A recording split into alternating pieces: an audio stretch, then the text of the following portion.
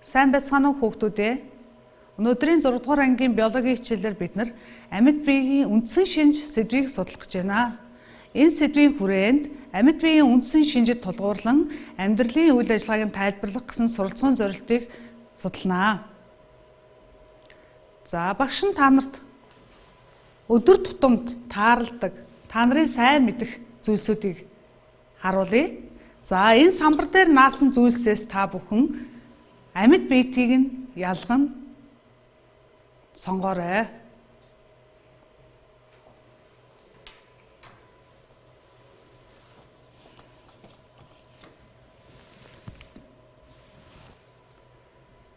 За хүүхдүүд та нарыг багш нь эдгээр амьд биетийг сонгосон байх гэж бодож байна.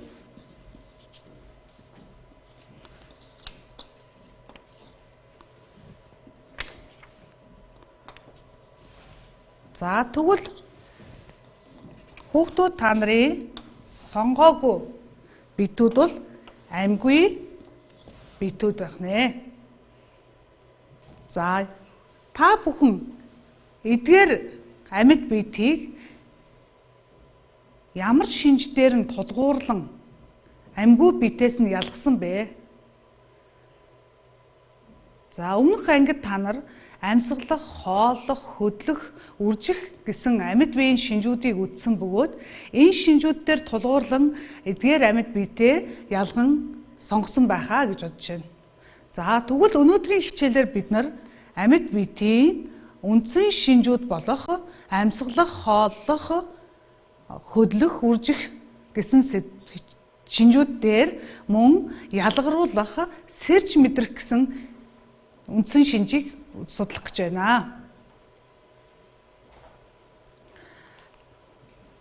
За зурагт өгөгдсөн амьтад юугаар хоололдог болоо? Хүүхдүүд та бүхэн сайн эргцүүлэн бодоорой.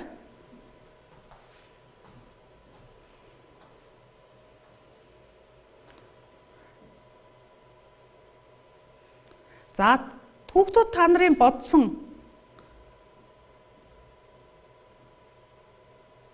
зүйл дээр тулгуурлан багш нь дараах дасгалыг ажиллуулах гэж байна. За эдгээр амьтад нь юугаар хоололдог болоо? За энэ самбарт өгөгдсөн зургуудыг аль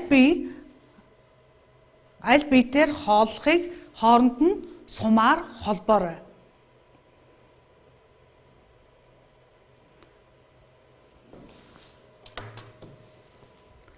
За одоо бүгдээрээ та нарын бодсноор, холбосноор багш нь тайлбарлая. За өвхөр өвсийг идэнэ. За харин болжмор үр жимсээр хоолно. За тэгвэл царцаа юугаар хооллох вэ? За мөн өвсөөр хоолно. За туулай мөн өвсөөр хоолно. За мэлхий бол харин шавж идэлтэй буюу царцаагаар хоолно. За чон туулаагаар хооллох нь байна. Чон туулаагаар хоол. За тэгэхээр өөрөөр хэлбэл бидний харж байгаагаар бол амьд бие бүхэн өөрийн гэсэн онцлог хоол тэжээлтэй байх бөгөөд өөрөө хоолоо ирж хайх, олох, барих аргууд нь бас янз бүр байдаг. За хэдийгээр өөрийн гэсэн онцлог хоол тэжээлтэй байх боловч байгаль дээр тодорхой хэмжээгээр бас тэжээлийн эргэлт гарч байгааг та бүхэн зургаас харж байгаа хаа. За тэгвэл дараагийн зургаас бүгдээрээ амьтдын хооллолтын хэлбэрүүдийг харъя. За жишээлбэл ямаа өвсөөр хоолж жишээтэй зурм талхаар хоолж байна. За шувуу үр жимсээр, за арслан, махаар, сэгзэмээр, шууд, тас шууд хоолж байна. За чигийн улаан хорхоол ялзамгаар хоолж байгаа шүү. За үүгээр нь амьтдыг ургамал идчихтэн, үр жимсээр хооллогч, махан идчихтэн, за мөн ялзмаг идчихтэн, сэгзэмээр хооллогч гэж хувааж байна. За одоо бүгдээрээ дасгалыг ажиллая. За эхний баганд амьтны нэрийг өгсөн байна. Хоёр дахь баганд хоол хичээлийг өгсөн байна. За эдгээр амьтдын хоол хичээлийг зөв тохируулан холбоорой.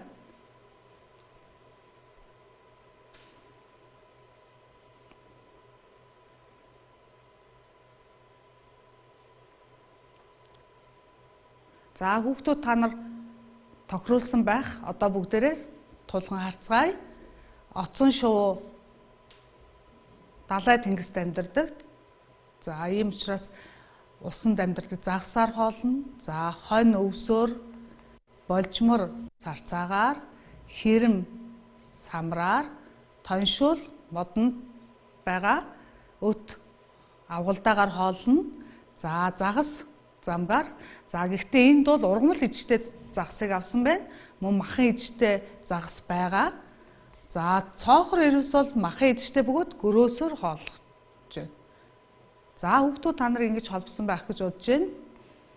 За тэгвэл ургамал юугаар хоолдог юм бол?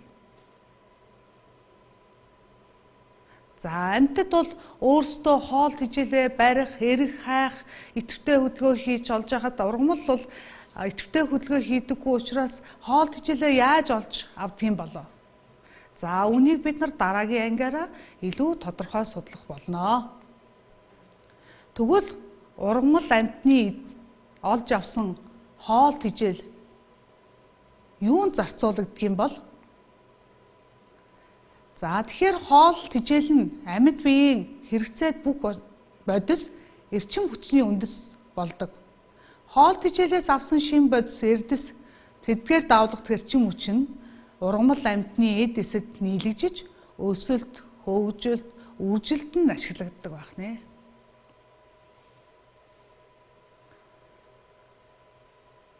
За сая бид нар ургамал амьтны хоолтын талаар үзсэн бөгөөд амьтад бол өөрсдөө идэвхтэй хөдөлгөөн хийж хоол хичээлээ эрж хайдгаа гэж ярьлаа. За тэгвэл мөн хоол хичээлээ эрж хөдлөхөөс гадна амьтад нүүдлэх, байр орноо хайх зэргээр бас хөдөлгөөн хийдэг бөгөөд энэ нь бол идэвхтэй хөдөлгөөний хэлбэр юм. Харин ургамал хөдөлдөг болов? За ургамал нэгээс нөгөө байранд шилжих хөдөлгөөн хийхгүй ч гэсэн байрандаа тодорхой хэмжээгээр хөдөлгөөн хийдэг. За үүнийг бүгдээрээ та нарын гэр орчим, сургууль орчимд дурдаг багвахай цэцгийн диаметрийг өглөө орой хэмжиж хөдөлгөөнийх нь талаар эргцүүлэн судлаарай. За энэ туршилт ажлыг хүүхдүүд та бүхэн хавар хамгийн түрүүнд цэцгэлдэг багвахай цэцгийг ашиглан туршилтаа хийж үзээрэй. За зурагт ямар шинжийг үзүүлсэн байна? Амьд биеийн үндсэн шинжүүдээс ямар шинжийг нь үзүүлсэн байгааг та бүхэн ажиглаарай. За энэ бол амьд биеийн амьсгалах шинжийг харуулсан байна. За амьд бие бүхэн өөр өөрийн гэсэн амьсгалах эрхтэнтэй. Энэ нь хөгжлийнхөө явцаар өөр өөр байдаг учраас амьсгалах эрхтнүүд нь бол онцлог ялгаатай харагдаж байна. За амьсгалах үйл явц нь ургамалд хэрхэн яаж явагдав? За ургамал амьтдын нэгэн адил хүчил төрөгчийг авч мөн нүүрс хүчлийнхийг ялгаруулна. За гэхдээ энэ нь хоолтын үйл явцын эрчмээс арай бага явагддаг байна. За амьсгалах үйл явц гэж яг юу хэлж байна вэ гэхээр ургамлын хоолтоос үүссэн хүчил төрөгч амьд биеийн амьсгалаар орж хоол тэжээлийн задралд үүрэг гүйцэтгээд эргээд нүүрс хүчлийнхийг ялгаруулж яадаг байна. За тэгвэл амьсгал гэдэг нь хүчил төрөгчийг аваад нүүрс хүчлийнхийг ялгаруулах үйл явц юм байна. За амьсгалах хооллох үед буюу бидний бодисын солилцооны үед үүссэн хэрэгцээгүй бодис, хорт бодис биеэс зайлуулж байгааг ялгаруулах үйл явц гэнэ. Жишээлбэл арьсаар хөлс, бөөрөөр шээс ялгарч. За бидний дөнгөж сая ярьсан амьсгалах үйл явцын үр дүнд бол нүүрс хүчлийнхий мөн ялгарч байдаг байна. За дараагийн үндсэн шинж болох үржих шинж нь амьд бие бүхэнд байдаг бөгөөд за ингэснээр амьд бие маань үржиж олшрох бөгөөд үр төлөө үлдээж идэг. За хүүхдүүд та бүхэн өмнөх ангид үтсэн мэдлэг дээрээ тулгуурлан шувууны хөгжлийн үе шатыг дугаарлана. За өөрөөр хэлбэл шувууны хөгжил юунаас эхлээд явагдах вэ гэдгийг дугаарлаарай.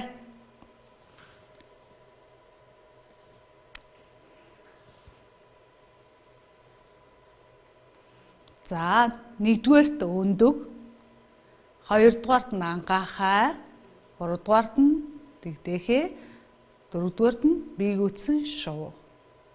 За ингэж дугаарсан байх гэж багш нь бодож байна. За тэгвэл бид нар 5 дугаар ангид үтсэн шувууны хөгжлөө дахин нэг сэргээж харъя. За өндөг, ангаахай, дэгдээхээ, биегүйцсэн шувуу болж шувууны хөгжил буюу өсөлт хөгжилд явагдаж байна.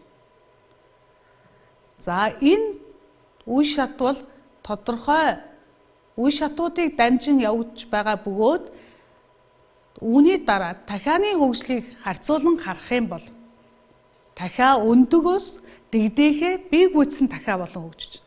Тэгэхээр энэ хоёр зургийн хооронд ялгаа байна уу? Сайн ажиглаарай хүүхдүүдээ. За эхний зурагт өгсөн шувуунд бол ангаахай үе шат харагдаж байна. А гэтэл хоёр дахь зураг дээр бол ангаахай үе шат явагдахгүй шууд өндөгнөөс дэгдээхээ болж байна. Тэгэхээр эхний шувуу бол ангаахай шувуу, хоёр дахь зурган дээр байгаа дахиа маань дэгдээхээ шувуу болно. За амьд бие бүхэнд өсөлт хөгжилд явагддаг бөгөөд үүнийг бүгдээрээ хүн дээр ажиглаж дараах дасгалыг ажиллая. За хүний өсөлтөд гарч байгаа өөрчлөлтийг зургаас ажиглаад насны үечлийг нэрлэж бичье.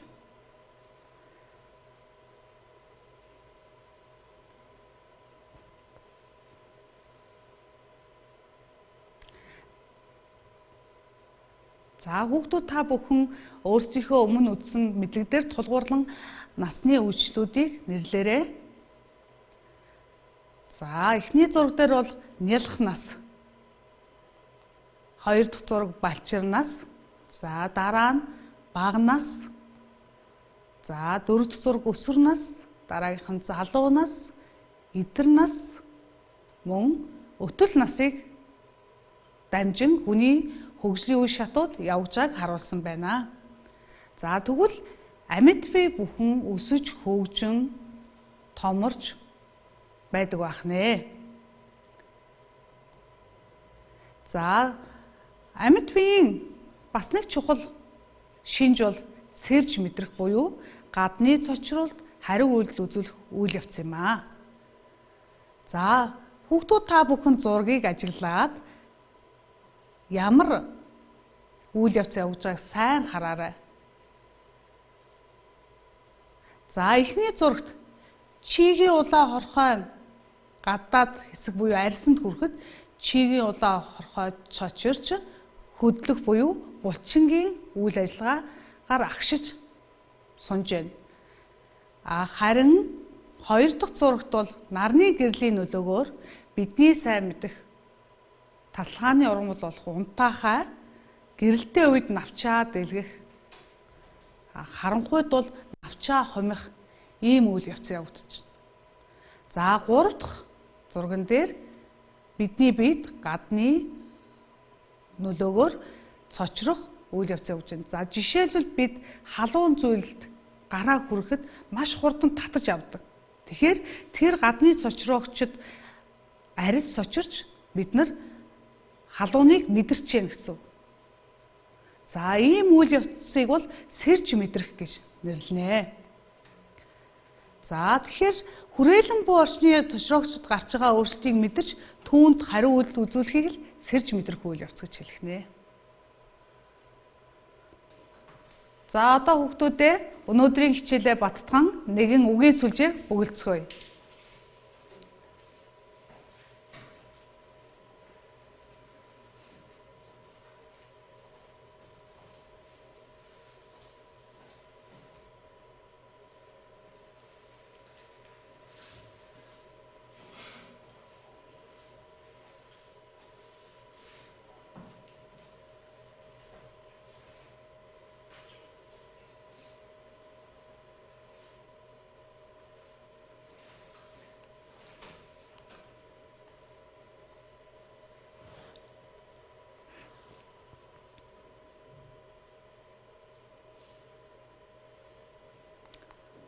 За одоо бүгдээрээ бүгэлсэн үгийн сүлжээгээ багшийнхаа хариулттай тулгаж харцгаая.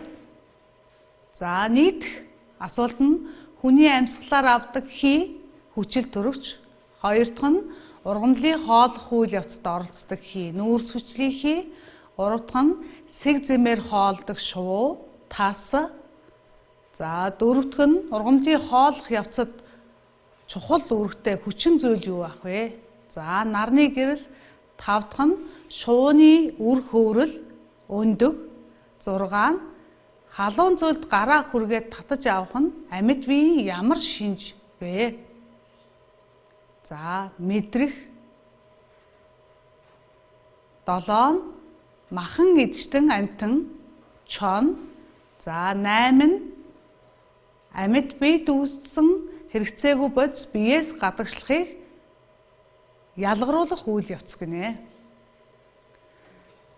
За өнөөдрийн хичээлд идэвхтэй оролцсон хүүхдүүд та бүхэнд баярлалаа.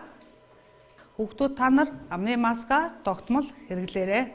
Баярлалаа.